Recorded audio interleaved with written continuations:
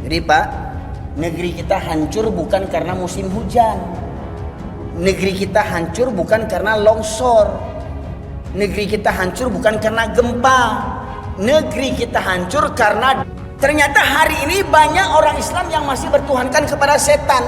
Termasuk para pejabat yang tak punya rasa takut kepada Allah ketika disumpah dengan Al-Quran di atas kepalanya. Bersumpah demi Tuhan, bersumpah demi Allah akan melaksanakan amanah, akan menjagakan keadilan, bersumpah demi Allah. Tetapi mereka injak-injak sumpah mereka, seakan-akan nanti di akhirat mereka akan ditanya oleh Allah Subhanahu wa Ta'ala. Tapi kalau pemimpinnya durhaka kepada Allah dan Rasul, maka kita berlepas diri dari pemimpin yang zalim dan ingkar kepada Allah Subhanahu wa Ta'ala. Supaya apa? Supaya azab yang Allah timpakan kepada mereka tidak menimpa diri kita, Bapak Ibu sekalian. Kenapa? Karena kita diam membiarkan pemimpin-pemimpin yang zalim. Ya, banyak orang partai politik otaknya nggak jalan hari ini, melihat pemimpin partainya sudah sableng-sableng, bahlul-bahlul. Pemimpin buat aturan untuk apa? Untuk melegalkan kezaliman. Sama seperti Fir'aun buat undang-undang. Fir'aun buat undang-undang supaya ketahtanya tidak direbut oleh tunggu bala. Bapak sekalian dirahmati oleh Allah, pada kesempatan kali ini safari dakwah yang saya jalani pada awalnya ingin membahas seputar tradisi sesat sebagian besar kaum muslimin yang merayakan pergantian malam tahun baru. Banyak kaum muslimin yang sesat tidak merasa bahwasanya akidah mereka terkikis karena bertasyabuh meniru perangai orang-orang kafir, berbangga memperingati perpindahan tahun Masehi. Namun setelah sebulan saya menebarkan informasi, akhirnya qadarullah terjadi musibah di ranah Minangkabau. Setelah setahun yang lalu saya ceramah tentang masalah Galodoh. Mungkin sebagian Bapak sekalian melihat ceramah saya di YouTube, keluar lagi ceramah tentang Galodoh setahun yang lalu. Bapak sekalian rahmati Allah, kalau selama ini BMKG atau Badan Meteorologi dan Geofisika mengkabarkan kepada kita akan datangnya musim hujan, angin monsun dan segala macamnya, kemudian meramalkan kita ini berada dalam patahan bumi yang rentan akan tertimpa musibah. Ingat, itu namanya ramalan. Bisa benar, bisa tidak. Dan semua tidak akan terjadi kecuali atas kehendak Allah. Jadi tidak perlu kita cemaskan, Pak. Tidak perlu kita khawatir kalau kita tertimpa musibah. Tidak perlu kita khawatir kalau kita mati jadi terkorban. Tidak perlu kita khawatir rumah kita hancur binasa. Karena sudah merupakan sunnatullah, Allah akan menguji kita. Yang semakin berat, semakin meningkat iman kita, maka akan semakin berat ujian yang akan kita hadapi. A'udzubillahi minasyaitonirrajim. Walanabluwannakum bisyai'in minal khaufi wal ju'i wa naqsim minal amwali wal anfusi wath thamarat wabasyiris sabirin. Dan sungguh akan kami uji kalian dengan rasa takut. Takut lapar, takut miskin, takut kekurangan makanan, takut kekurangan buah-buahan, takut kekurangan nyawa. Yang itu sebagai ujian sunnatullah yang harus kita hadapi. Dan di kalimat istirja ketika kita menerima musibah itu ada kalimat yang harus kita renungkan, yaitu kalimat inna lillahi wa inna ilaihi raji'un. Sesungguhnya kita ini milik Allah. Kita ini milik Allah dan akan kembali kepada Allah. Kita tidak punya wewenang terhadap diri kita sendiri, bahkan sekalipun badan kita ini dari ujung kepala sampai ke ujung kaki itu milik Allah. Apalagi rumah kita, apalagi mobil kita, apalagi pangkat dan jabatan kita, apalagi istri, suami, anak, keturunan kita, semuanya milik Allah. Jadi tidak boleh kita menggunakannya sekehendak hati kita. Kalau bahasa awaknya nan sakalamak di utak awak seorang aja, Ya. Kalau orang Jawa bilang ora oleh sak karep dhewe, ora boleh kayak ngono. Kayak misalnya. Ya. Kita ini milik Allah dan akan kembali kepada Allah. Jadi terserah apa kehendak Allah, tidak perlu kita protes, Bapak Ibu sekalian. Yang penting jalani skenarionya. Jalani skenario yang telah Allah atur dalam kehidupan kita, Bapak Ibu sekalian. Ya. Bapak Ibu sekalian rahmati Allah. Dari musibah bencana, pertanyaannya, adakah kita mengambil pelajaran dari setiap musibah bencana yang berulang kali terjadi di negeri kita? Ya. Kalau orang kesehatan mengatakan mencegah itu lebih baik daripada mengobati. Kita hari ini hanya sekedar menanggulangi. Terjadi musibah, kita nangis. Terjadi musibah, kita gurasa gerusuk. Terjadi musibah, ada yang cari muka. Terjadi musibah, ya, ada yang kecewa, ada yang cari dana, ada yang cari bantuan, ada yang memperbaiki, ada yang menghibur. Tetapi kita tidak berupaya bagaimana supaya musibah itu tidak terjadi lagi. Ya, mana yang terbaik, Pak? Kita persiapkan menerima musibah atau kita mencegah musibah terjadi? Jadi kalau mohon maaf Pak, kalau kata pepatah itu, keledai yang diumpamakan binatang yang paling goblok istilahnya, ya, itu saja keledai tidak mau masuk ke lubang yang sama untuk kedua kali. Itu keledai, Pak. Ya. Tetapi kita ini berkali-kali, ya, terjatuh di lubang yang sama dengan perbuatan kita yang berulang-ulang kali kita lakukan. Tak ada perubahan. Maka negeri kita ini tidak akan menjadi aman, nyaman, sentosa, terbebas dari bencana kalau kita tidak mau merubah diri kita sendiri. Ya. Sesungguhnya Allah tidak merubah suatu kaum sampai kaum itu merubah dirinya. Pertanyaannya, mau tidak kita berubah? Nah, menjadi yang lebih baik lagi. Bapak sekalian rahmatullahi Allah, satu ayat pembuka yang saya sampaikan dalam majelis ini yang menyebabkan terjadinya musibah bala bencana.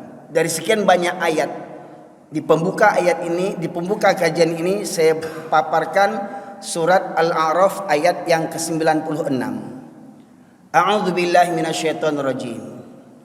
Walau anna ahlal qura amanu wattaqau la fatahna alaihim barakatim minas samai wal ard walakin kadzabu fa akhadnahum bima kanu yaksibun. Dan kalau sekiranya penduduk negeri-negeri ini, Pak, kalimatnya negeri-negeri, jadi maknanya tidak bercerita satu negeri. Penduduk negeri-negeri, negeri mana saja. Dan di dunia ini banyak negeri. Ya, termasuk negeri Sumatera Barat, negeri Sumatera Utara, negeri Aceh Darussalam, negeri Jawa, negeri Indonesia, negeri Yaman, Turki dan segala macamnya. Jadi tidak berbicara kepada satu negeri saja. Kata Allah, kalau sekiranya penduduk negeri-negeri ini beriman dan bertakwa, maka akan kami bukakan pintu berkah dari langit dan bumi. Walakin kadzabu, tetapi penduduk negeri-negeri ini mendustakan ayat-ayat Allah, maka kuhancurkan negeri mereka dikarenakan ulah perbuatan mereka sendiri. Jadi Pak, negeri kita hancur bukan karena musim hujan. Negeri kita hancur bukan karena longsor. Negeri kita hancur bukan karena gempa. Negeri kita hancur karena dosa dan maksiat kita. Loh, Ustaz, kok kita, Ustaz? Saya kan nggak berbuat maksiat, Ustaz. Ya, ketika orang-orang yang baik, ketika orang-orang alim diam melihat kezaliman dan kemaksiatan. Ya. Orang-orang alim sibuk membahas Quran, membaca Quran, menghafal Quran, sibuk sholat tahajud, sibuk puasa Senin Kamis, sibuk haji dan umroh. Tapi tidak tergeming melihat kemaksiatan yang merajalela, hukum digangkangi, hukum diinjak-injak, Al-Quran diinjak-injak, diabaikan. Kita tak peduli tentang hal itu. Maka orang-orang yang soleh sekalipun akan ditimpa musibah, bencana, menjadi korban, dan akhirnya mereka akan dibangkitkan menurut amal-amal mereka sendiri-sendiri. Orang soleh yang mati terkorban dibangkitkan dengan kesolehannya, ahlu maksiat yang terkorban dibangkitkan dengan kemaksiatannya, dan semuanya kita akan mempertanggungjawabkan perbuatan kita di hadapan Allah Subhanahu wa taala. Jadi yang kita orang beriman, Pak, menghadapi musibah ini tak perlu khawatir. Karena apa? Berarti Allah sayang sama kita, ingin menaikkan level kita menjadi iman yang lebih baik lagi ke depannya. Agar kita bertawakal, berpasrah diri kepada Allah. Sesungguhnya apa yang kita miliki di dunia ini milik Allah dan akan kembali kepada Allah. Ya. Maka tugas kita hanya pasrah, tawakal, bersabar. Dan muhasabah, introspeksi diri. Kenapa ini terjadi? Ya. Bapak sekalian rahmati Allah, dalam ayat yang pertama saya sampaikan tadi, surat Al-A'raf ayat 96, Allah menegaskan kalau sekiranya penduduk negeri-negeri beriman dan bertakwa. Kalau berbicara tentang iman, berbicara tentang tauhid, mengesahkan Allah, berbicara tentang akidah, keyakinan kita, maka Rasulullah SAW bersabda, "Man qala la ilaha illallah yabtaghi bidzalika wajh Allah." Ya. Sesungguhnya Allah, innallaha harrama 'alan nar man qala la ilaha illallah yabtaghi bidzalika wajh Allah. Sesungguhnya Allah mengharamkan untuk neraka kepada setiap orang yang mengucapkan la ilaha illallah ikhlas dari hatinya. Dan dengan ucapan itu dia hanya mengharapkan balasan Allah semata. Ikhlas dia mengucapkan la ilaha illallah, haram untuk dia neraka, Pak. Mau enggak kita begitu, Pak? Atau kita mau biarlah masuk neraka sebentar, dicuci dulu, nanti kan masuk surga. Mau begitu enggak, Pak? Masuk neraka sebentar aja. Ya, sebentar itu berapa lama sebentar di akhirat? Ya. Jangankan sebentar masuk, mendengar saja sudah pingsan kita. Tapanca ke sungai awak mendengar bagaimana gemuruh neraka itu dahsyatnya, Bapak Ibu sekalian. Namun orang yang mengucapkan la ilaha illallah ikhlas dari hatinya, maka Allah haramkan untuknya neraka. Pertanyaannya, benarkah kita sudah betul-betul beriman dan bertakwa kepada Allah? Benarkah kita hanya bertuhankan kepada Allah semata, tidak bertuhankan kepada yang lainnya? Maka Al-Quran inilah menjadi ukurannya, cerminan bagi diri kita. Termasuk yang mana kita. Kesempatan kali ini ingin saya kupas pula tentang orang Islam tetapi bertuhankan kepada banyak hal. Kalau dalam ucapannya mengucap la ilaha illallah, tapi prakteknya ternyata ada Tuhan yang lain selain daripada Allah. Yang pertama, yang menjadi banyak Tuhan bagi orang Islam yang kedoknya saja, ya. Dan memang faktanya begitu hari ini banyak orang Islam yang hanya KTP-nya saja, ya. Yang pertama, ternyata banyak orang Islam masih bertuhankan kepada setan. Allah firmankan dalam surat Yasin, ya, ayat yang ketiga, ayat yang ke-60, A'udzubillahi minasyaitonirrajim. Alam a'had ilaikum ya bani Adam alla ta'budu syaitan innahu lakum aduwwum mubin. Bukankah aku telah mengingatkan kepada kalian, hai anak keturunan Adam, jangan kalian menyembah setan. Sesungguhnya setan itu musuh yang nyata bagi kalian. Pertanyaannya, adakah orang Islam yang menyembah setan? Bahkan adakah orang yang sholat menyembah setan? Kenapa ada firman Allah, fawailul lil musallin, celakalah bagi orang yang sholat. Ada orang yang sholat tapi celaka. Bagaimana mungkin sholat kok celaka? Tapi katanya sholat supaya dapat surga, supaya Allah sayang sama kita. Tetapi ketika kita sholat, kenapa kok masuk neraka juga lagi? Ya, Yang sholat yang celaka ini bagaimana? Alladzina hum an sholatihim sahun. Yang mereka lalai daripada sholatnya. Hari Jumat sholat, hari Sabtu tidak. Apa maksudnya Pak Ibu sekalian? Ya. Coba di depan ini ada pasar malam ya Pak Ibu sekalian ya. Pasar kaget. Ya. Coba survei. Yang meramaikan pasar kaget itu KTP-nya apa agamanya? Coba survei juga lagi. Berapa yang sholat di pasar kaget itu? Coba survei Pak Ibu sekalian. Ada enggak orang yang KTP-nya Islam dari maghrib menjelang maghrib sampai ke Isya di situ juga lagi dia? Ada enggak? Tuh, Pak, orang Islam Pak. Ustadz jangan nyinggung-nyinggung orang. Saya kan nggak nyebut nama. Kan memang begitu perangai orang Islam hari ini. Masih banyak orang Islam yang sholatnya sepekan sekali. Masih banyak orang Islam yang sholatnya kapan maunya saja. Ya. Ini Bapak sekalian. Karena pesta pernikahan tinggal sholat.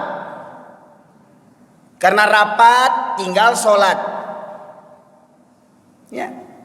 Karena olahraga, ya dulu di Sumatera Barat ada namanya Tour de Singkara, lomba sepeda, ya keliling Sumatera Barat. Ya.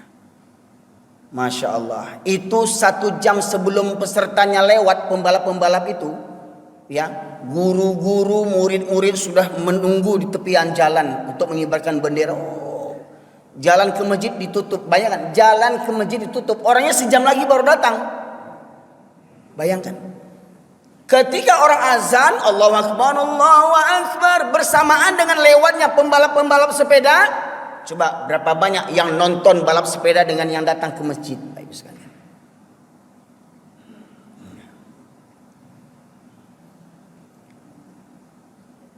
Nonton bola. Berapa banyak orang Islam hobi nonton bola. Ya. Tetapi berapa banyak di antara peserta penonton bola itu yang sholat, Bapak Ibu sekalian. Ya. Ternyata hari ini banyak orang Islam yang masih bertuhankan kepada setan. Ya. Termasuk para pejabat yang tak punya rasa takut kepada Allah ketika disumpah dengan Al-Quran di atas kepalanya. Bersumpah demi Tuhan, bersumpah demi Allah, akan melaksanakan amanah, akan menjagakan keadilan, bersumpah demi Allah. Tetapi mereka injak-injak sumpah mereka, seakan-akan nanti di akhirat mereka akan ditanya oleh Allah Subhanahu wa Ta'ala.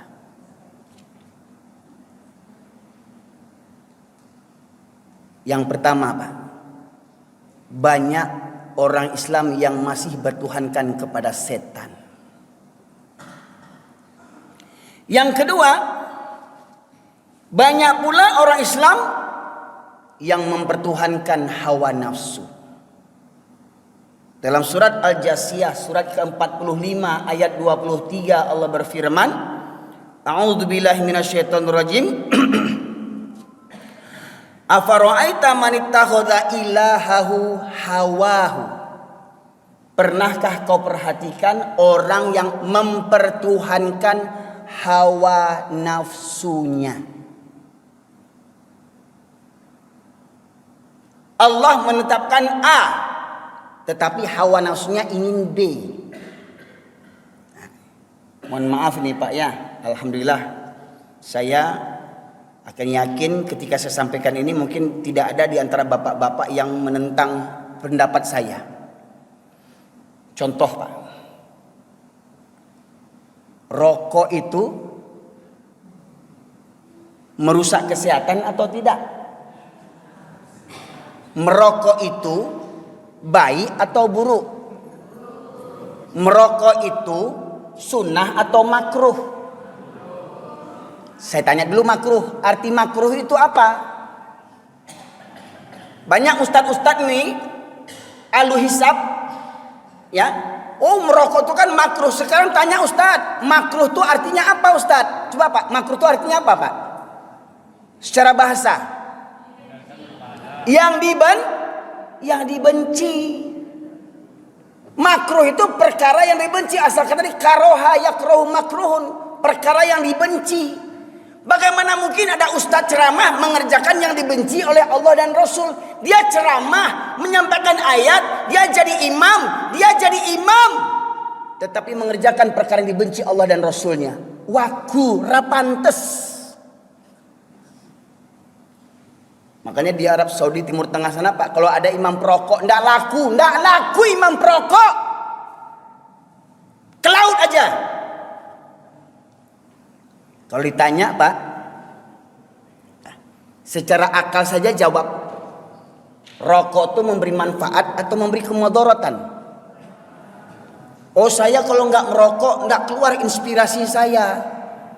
Kalau gitu kita usulkan supaya nanti anak-anak peserta ujian Eptanas akhir tahun, belum namanya Eptanas ya, sekarang apa namanya? Anak kelas 6 SD, kelas 3 SMP, kelas SMA 3 SMA, nanti ketika mereka ujian, selain mereka memegang pena, kasih rokok sebatang dulu.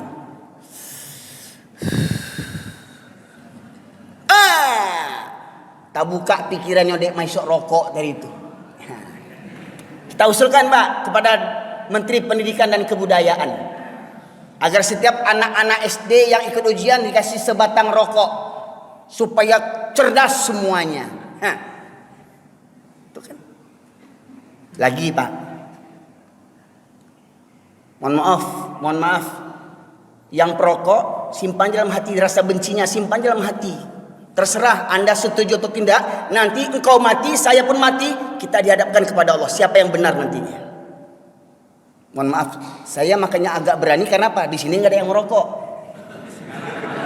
Di sini ya, di luar saya nggak tahu nih. Nah, makanya saya agak berbangga nih, banyak pendukung saya nih di masjid.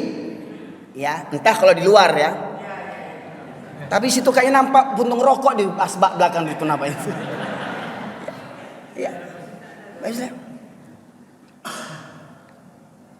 biasanya Pak, yang sering dibawa orang ke WC itu apa Pak? WC laki-laki Pak, permen karet, kue bolu, pisang goreng, atau apa? Bakwan. Yang sering dibawa ke WC apa sama pria laki-laki di WC-nya? Kenapa? Karena sama najisnya. Yang dibuang najis, yang dihisap najis, ya sudah, cocoklah klop tempatnya itu. Ya. Padahal dasarnya Pak, orang yang perokok itu Pak, akalnya sudah hilang, akal sehatnya hilang Pak. Orang yang perokok itu siapapun dia, akal sehatnya hilang.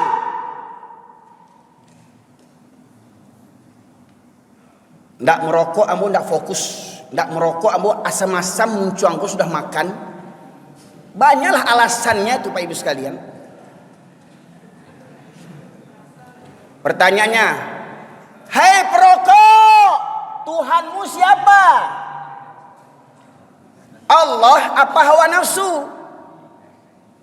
Ya, nggak usah cerita agama. Dokter yang kafir saja mengatakan rokok merusak kesehatan. WHO, Badan Kesehatan PBB yang didirikan orang-orang kafir mengatakan rokok merusak kesehatan. Betul Pak Ibu? Paling semangat Ibu bilang betul. Ya. Akal sehat dah hilang. Kenapa? Mempertuhankan hawa nafsu. Terserah Anda yang perokok mau terus merokok, terserah, cepat atau lambat Anda akan mati. Alah, mati apa? Itu Simbah itu umurnya 70 tahun masih merokok. Ustadznya umur 30 mati duluan ustadznya. Simbah itu panjang umurnya. Ya. Satu, rokok. Dua, mana yang lebih baik, sholat berjamaah dibandingkan sholat di rumah? Sholat berjamaah di masjid dibandingkan sholat di rumah, mana yang lebih baik? Lebih baik di masjid. Nyatanya lebih banyak yang mana sholatnya? Pertanyaannya mohon maaf ini. Mohon maaf Pak, kalau subuh berapa saf Pak jamahnya? 2 saf. 1 sampai 2. Coba survei, siapa jamaahnya? Hah? Ya. Apa kata Bu Hamka? Kalau ingin melihat orang Islam, lihat waktu sholat hari raya. Keluar tuh orang Islam yang pampok keluar, yang koruptor keluar, agen narkoba keluar, ya, penebang hutan keluar, makan uang sosial bantuan keluar, makan uang MBG keluar tuh sholat hari raya. Tapi kalau ingin melihat orang yang beriman, kata Bu Hamka, lihat waktu sholat subuh. Siapa yang rutin sholat subuh itu tanda orang beriman. Ibu-ibu kalau ingin cari menantu, cari orang yang beriman. Tidak cukup cari orang Islam. Banyak KTP-nya Islam pencuri, banyak KTP-nya Islam pezina, penipu, koruptor, ya kan? Cari orang yang beriman. Di mana nyarinya? Di masjid. Jadi siapa yang nanti subuh rajin ke masjid, ambil jadi menantu walau umurnya 60, 65, 70. Nah, ini jamaah masjid ini. Ya, saya yakin jamaah-jamaah yang calon menantu ibu ini pasti istrinya masih satu ini. Ya, Pak Ibu sekalian. Karena hari ini para pemuda kita nyaris tak punya iman kepada Allah Subhanahu wa taala. Betul tidak? Hilang generasi muslim kita Pak. Hilang generasi beriman kita. Pemuda tak minat ke masjid. Pemuda tak minat datang ke masjid mendengarkan kajian sholat berjamaah. Betul tidak? Dan malangnya pemuda itu ada di rumah kita. Dan kalau pemuda itu ada di rumah kita, ayah ibunya yang rajin ke masjid, juga ayah ibunya akan diseret ke neraka oleh anaknya yang tidak ke masjid. Pak Ibu sekalian. Jadi jangan sampai tega Bapak Ibu sekalian berangkat ke masjid tapi menantu di rumah. Bapak Ibu ke masjid, anak laki-laki masih di rumah. Ingat, mereka bertuhankan kepada hawa nafsu. Pernah kau perhatikan orang yang mempertuhankan hawa nafsu? Dan Allah menyesatkan mereka berdasarkan ilmunya. Wa khatama ala qalbihi wa khatama ala sam'ihi wa qalbihi wa ja'ala ala basarihi ghishawah. Dan Allah kunci mati hatinya, pendengarannya. Allah tutup pendengarannya. Allah kunci hatinya. Ya.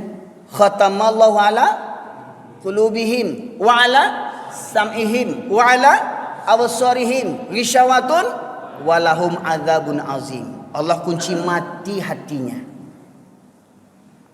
Bayangkan, banyak orang Islam bertetangga dengan masjid tapi jarang berangkat ke masjid. Coba bayangkan. Rumah berhadap-hadapan dengan masjid, jarang berangkat ke masjid. Ya, rumah bertetangga dengan masjid, tak sanggup berangkat ke masjid. Tetapi kalau berangkat kerja, cari duit, urusan dunia, wah, gunung kan kudaki, lautan ku seberangi, surau terlewati. Pak Ibu.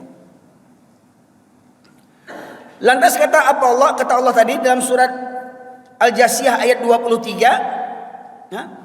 Fama yahdi min ba'dillah afala tadhakkarun. Maka siapakah yang akan memberi petunjuk kepada mereka setelah Allah membiarkan mereka sesat?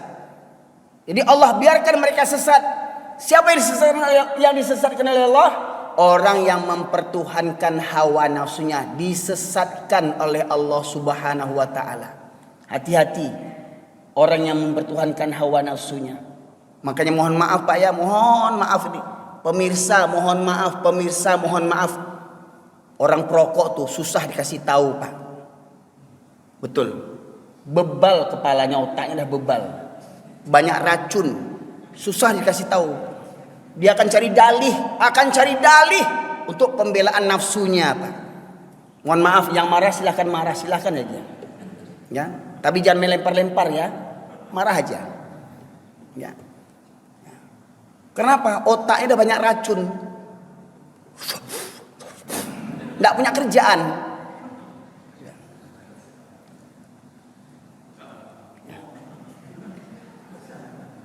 Dan perokok termasuk orang yang zalim. Karena apa? Mengganggu kesehatan orang lain. Betul lah Pak? Kalau bapak sendiri yang mati nggak apa-apa, biar mampus itu. Tapi jangan sampai orang lain dikorbankan. Kalau mati sendiri aja, jangan merusak orang lain lagi. Ya. Mohon maaf Pak Ibu.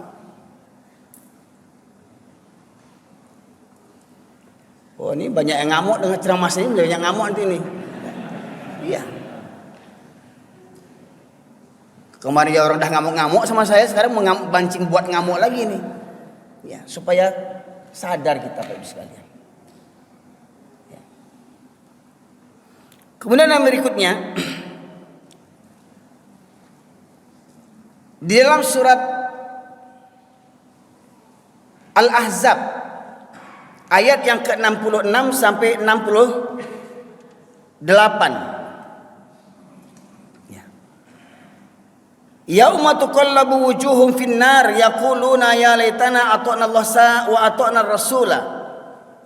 Ketika hari muka mereka dibolak-balikkan dalam neraka, ketika muka mereka dibolak-balikkan dalam neraka, dan berkatalah mereka, kalau seandainya kami dulu taat kepada Allah dan taat kepada Rasul, kalaulah dulu kami taat kepada Allah dan taat kepada Rasul, tentu kami tidak akan masuk neraka.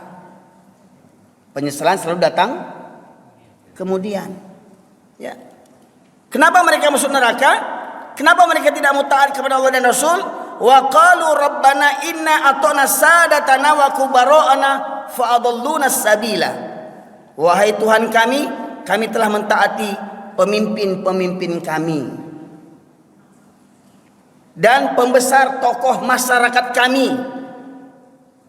maka mereka menyesatkan kami dari jalan yang benar. Membabi buta taat kepada pemimpin. Wajib taat pemimpin. Pemimpin yang bagaimana wajib taati? Gunakan otak. Ya ayyuhalladzina amanu atiullah. Wahai orang yang beriman, taatlah kepada Allah. Sepakat? Wa atiur rasul, dan taatlah kepada Rasul. Sepakat? Wa ulil amri minkum, dan pemimpin di antara kalian. Di depan kata pemimpin ada nak perintah taatnya? Wa atiu ulil amri minkum, ada nak? Ada nak Pak Ibu? Simak lagi ya. Surat apa itu? Surat An-Nisa ayat 59. Ya ayyuhalladzina amanu ati'ullah wa ati'ur rasul wa ulil amri minkum. Ada nak perintah ati'unya di depan? Maknanya apa? Kita wajib taat kepada pemimpin selagi pemimpin taat kepada Allah dan Rasul. Wajib kita taat. Betul? Kalau pemimpinnya taat pada Allah, taat pada Rasul, wajib kita taat. Tapi kalau pemimpinnya durhaka kepada Allah dan Rasul, maka kita berlepas diri dari pemimpin yang zalim dan ingkar kepada Allah Subhanahu wa taala. Supaya apa? Supaya azab yang Allah timpakan kepada mereka tidak menimpa diri kita, Bapak Ibu sekalian. Karena apa? Karena kita diam membiarkan pemimpin-pemimpin yang zalim. Jadi orang yang fanatik kepada pemimpinnya, apa pemimpinnya? Ketua adat, ketua partai politik, ya, banyak orang partai politik otaknya nggak jalan hari ini melihat pemimpin partainya sudah sableng-sableng, bahlul-bahlul. Ya. Ada ketua partainya bahlulnya nggak tanggung-tanggung bahlulnya, ya, dia angkat jadi ketua. Ya. Lebih bahlul yang ngangkat lagi. Ya. Bayangkan. Pemimpin buat aturan untuk apa? Untuk melegalkan kezaliman. Sama seperti Fir'aun buat undang-undang. Fir'aun buat undang-undang supaya ketahtanya tidak direbut oleh, apa kata ahli nujum, bahwasanya akan datang pemuda yang akan meruntuhkan kekuasaanmu. Maka Fir'aun buat undang-undang. Ya, kalau ada anak laki-laki yang lahir, dia apa kan? Dibunuh. Dan prajurit-prajurit tentara-tentaranya yang tak punya akal, sami'na wa ata'na, kami dengar dan kami taat perintah atasan, walaupun perintah itu bertentangan dengan kehendak Allah dan Rasul. menjaga tempat pelacuran. Tempat pelacuran dijaga, minta pajak. Siapa yang biasa menjaga, Pak? Nggak usah sebut lah ya. Udah tahu rahasia umum tuh. Tempat pelacuran dilindungi. Mohon maaf, Pak. Ini orang Pekanbaru, mohon maaf ini. Ya, setelah saya mengisi pengajian di Kampung Dalam, baru saya tahu di situ ada menjual arak ilegal. Menjual arak secara legal. Menjual arak kiri kanan, menjual arak, Pak Ibu sekalian. Tunggu bala Pekanbaru ini, Pak Ibu sekalian. Khamar dijual beli. Mirisnya lagi yang menjual orang Islam. Betul enggak? Pasar bawah tuh kan? Tunggu bala kota Pekanbaru ini. Pasti sampai. Bukan enggak sampai, pasti sampai. Kenapa begitu? Masa menjual khamar bebas merdeka mereka? Nggak ada ulama di Pekanbaru ini. Mana ulama di Pekanbaru ini? Pemimpin kota Pekanbaru apa agamanya? Oh, nanti kena boykot plus, nggak boleh masuk Pekanbaru nanti ini. Ya, nggak urusan saya. Bumi ini milik Allah, tidak perlu kita takuti, tidak perlu minta izin kepada manusia. Bumi ini milik Allah. Bagaimana mungkin di negeri Melayu, ya, banyak orang-orang Islam arak dijual bebas. Mohon maaf Pak, baru kali ini saya menengok kota yang saya lewati, separah-parah kota Medan Pak, tempat saya lahir di kota Medan itu. Orang buat kampus dan segala macamnya. Belum pernah saya melihat sebebas itu orang menjual di kota Pekanbaru, Pak. Kan hebat Pekanbaru tuh. Hebat kan, Pak? Banyak anggota dewan partai-partai Islam nggak bisa berantas kayak begituan. Coba bayangkan.